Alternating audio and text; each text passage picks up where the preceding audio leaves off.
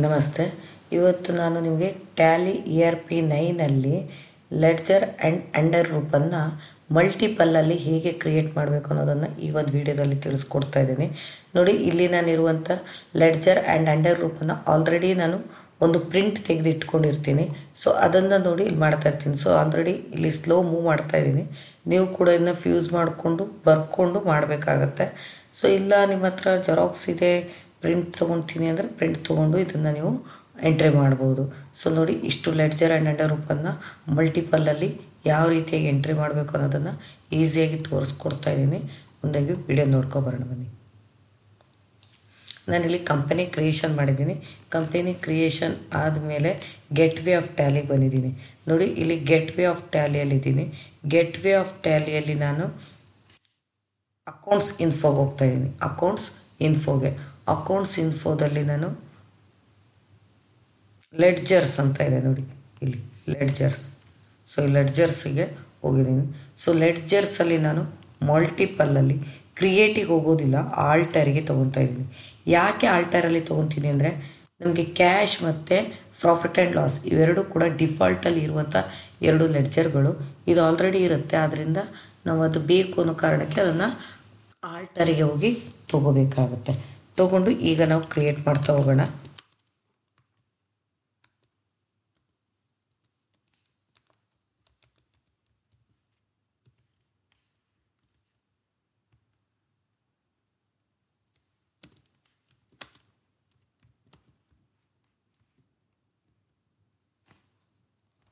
Bad debts, indirect expenses, share capital,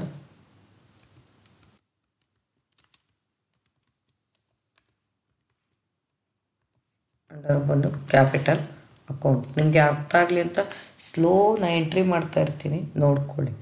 bills, payable, current liability. Bills, receivable, current assets, carriage inward,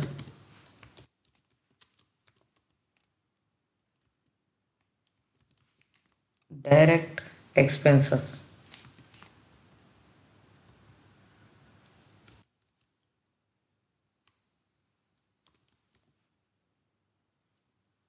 carriage outward,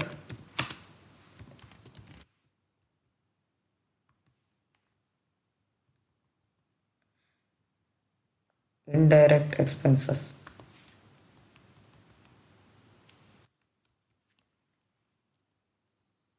Next, purchase, under ಬಂದು purchase account, purchase return,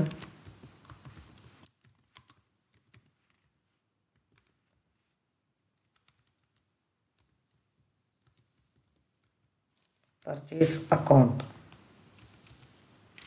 sales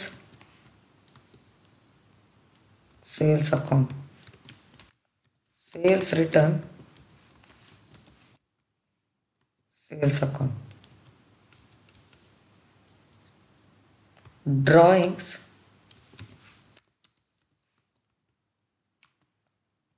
capital account, motor car,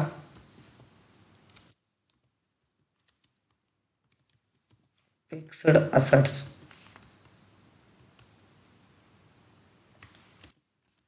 furniture, fixed assets,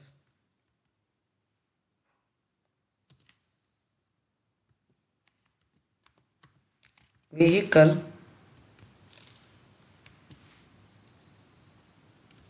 fixed assets, discount received,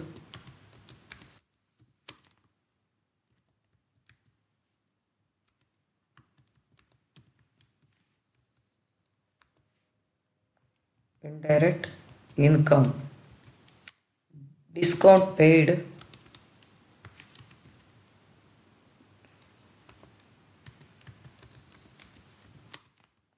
discount payable ಅಂತ ಇದೆ. Indirect expenses. Railway freight,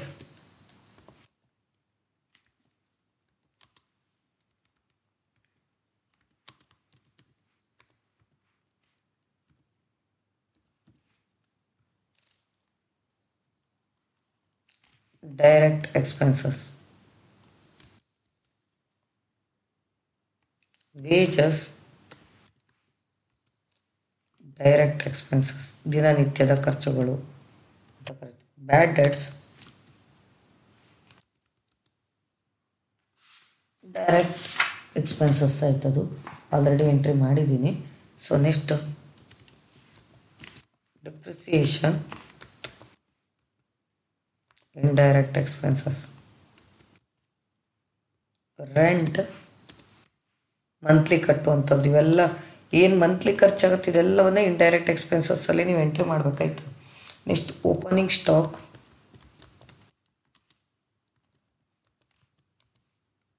stock in hand. So ನೋಡಿ, opening stock ಮತ್ತು closing stock ಅನ್ನೋದು single ಎಂಟ್ರಿಯಲ್ಲಿ ಮಾಡಬೇಕು, ಇದು double ಎಂಟ್ರಿಯಲ್ಲಿ ಬರೋದಿಲ್ಲ. Salary, indirect expenses. Loan received,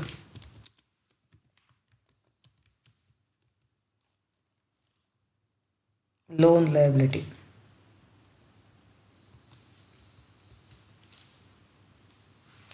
loan payable,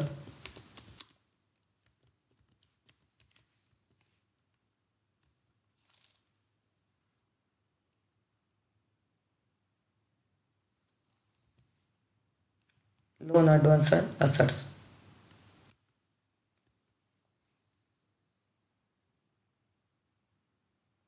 bank over draft,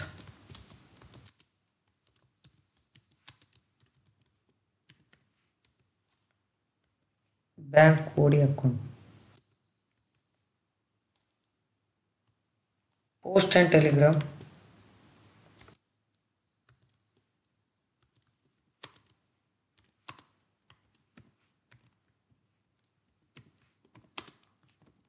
Telegram charge ಅಂತ ಹಾಕೊಳ್ಳಿ, indirect expenses.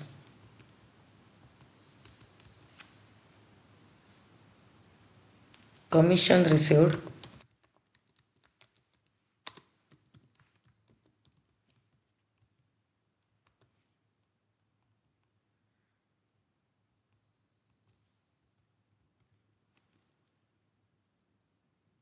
commission paid,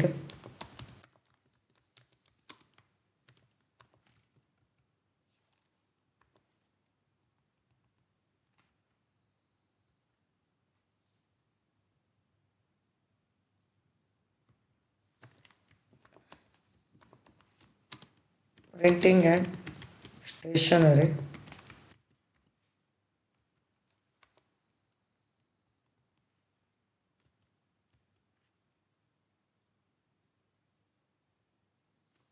machinery, fixed assets. Machinery, fixed assets. Repair of machinery,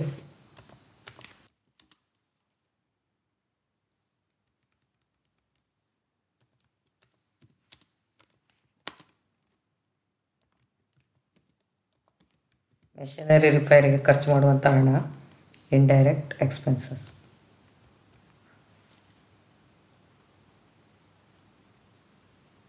light bill ಅಂದರೆ electricity bill ಅಂತ ಹಾಕ್ತೀನಿ.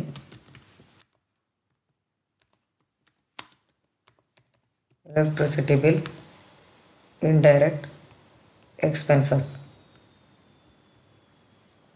Electricity bill, indirect expenses. Telephone bill, indirect expenses. Creditor, sundry creditor. Debtor, sundry debtors. sundry debtors. Advertisement charge,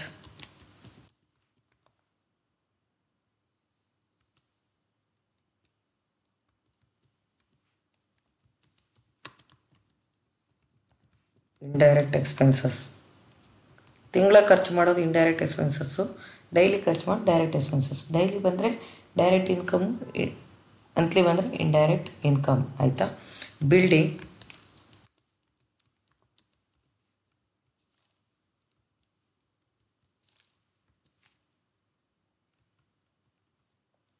fixed assets. Office equipments,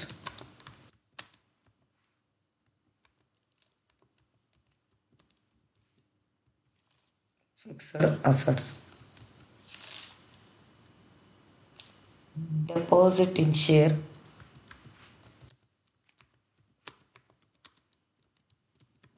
current assets.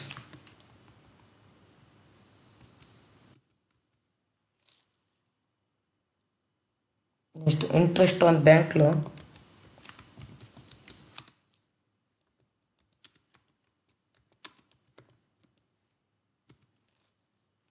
indirect expenses.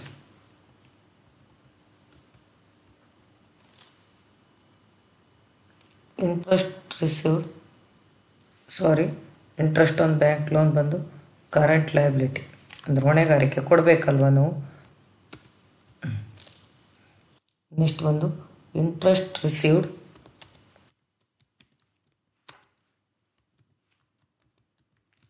Direct income.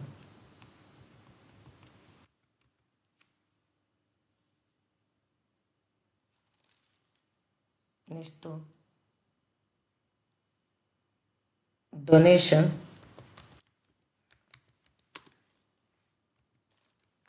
Direct income. Next convenience ಅಂದರೆ ಇತರೆ ಖರ್ಚುಗಳು ಅಂತ ಕರಿತೀವಿ. ಇದು indirect expenses ಅಂಡರಲ್ಲಿ ಬರುತ್ತೆ. ಆಯಿತಾ?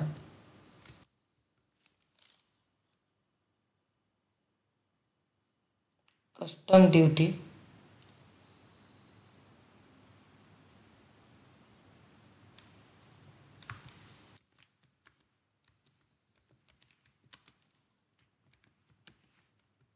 Direct expenses.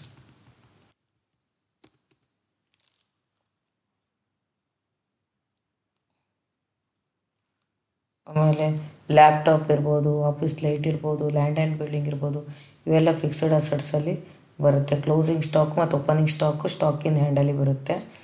ಅದೇ ರೀತಿಯಾಗಿ ನಿಮಗೆ ಬ್ಯಾಂಕ್ಗಳು ನಾನೀಗ ಕನ್ಸಿಡರ್ ಮಾಡ್ತೀನಿ. ಬ್ಯಾಂಕ್ಗಳನ್ನು Canara bank bank accounts,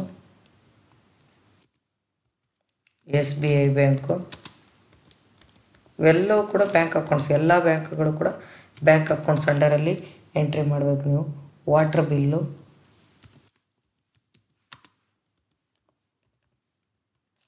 indirect expenses, monthly ಕಟ್ಟುವಂಥದ್ದು, sales order,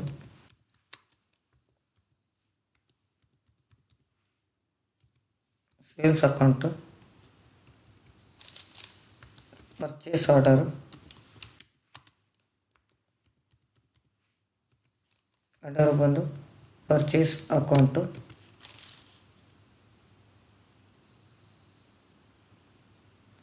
goods, fixed assets,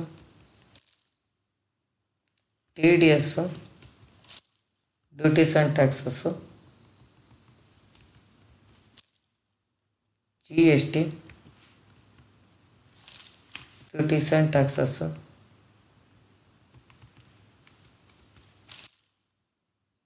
watt, duties and taxes.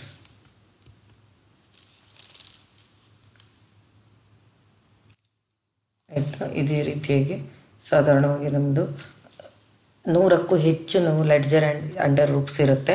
So ಇಂಪಾರ್ಟೆಂಟಾಗಿ ನಾವು ಬೇಕಾಗಿರೋದನ್ನ ಇಲ್ಲಿ ಎಂಟ್ರಿ ಮಾಡಿ ತೋರಿಸಿದ್ದೀನಿ. ಸೊ ಮುಂದೆ ಒಂದು ಟ್ಯಾಲಿ ಪ್ರೈಮಲ್ಲಿಯೂ ಕೂಡ ಇದನ್ನು ಹೇಗೆ ಎಂಟ್ರಿ ಮಾಡಬೇಕು ಅನ್ನೋದನ್ನು ಮುಂದಿನ ವೀಡಿಯೋದಲ್ಲಿ ತೋರಿಸ್ತೀನಿ. ಅಲ್ಲಿವರೆಗೂ ಟೇಕ್ ಕೇರ್.